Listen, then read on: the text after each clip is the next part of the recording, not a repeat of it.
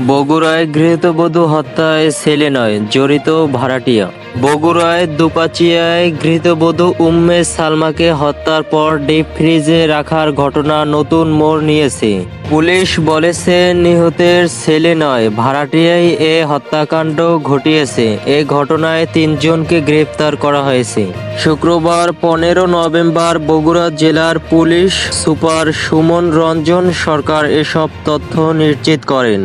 দুপাচিয়া থানার পুলিশ জানায়, হত্যাকাণ্ডের সময় ওই বাসা থেকে খোয়া যাওয়া মোবাইল ও ওয়াইফাই রাউটারের সূত্রে ধরে ওই বাসার ভাড়াটিয়া মাবিয়া আক্তারকে গ্রেপ্তার করা হয়।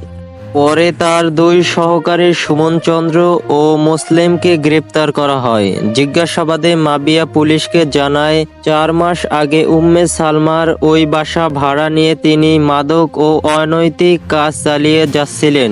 বিষয়টি টের পেয়ে উম্মে সালমা ও তার স্বামী আজিজুর রহমান ভাড়াটিয়া মাবিয়া আক্তারকে 1 মাস ধরে বাড়ি ছেড়ে দেওয়ার জন্য বলেছিলেন। তার কাছে 2 মাসের ভাড়াও পাওয়া ছিল। বিষয়গুলো নিয়ে মাবিয়া বাড়ির গৃহকর্ত্রী উম্মে সালমার উপর ক্ষোভ ছিলেন।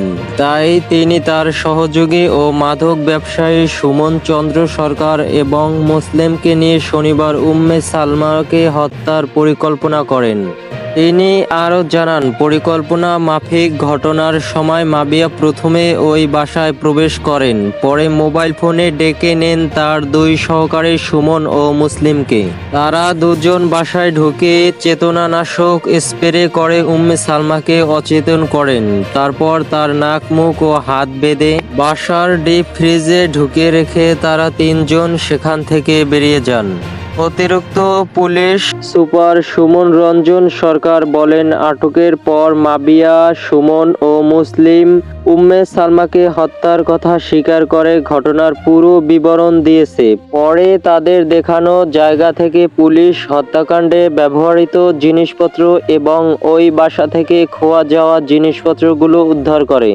বিকেলে জবানবন্দির জন্য 3 জনকে বগুড়ার আদালতে নিয়েছে পুলিশ।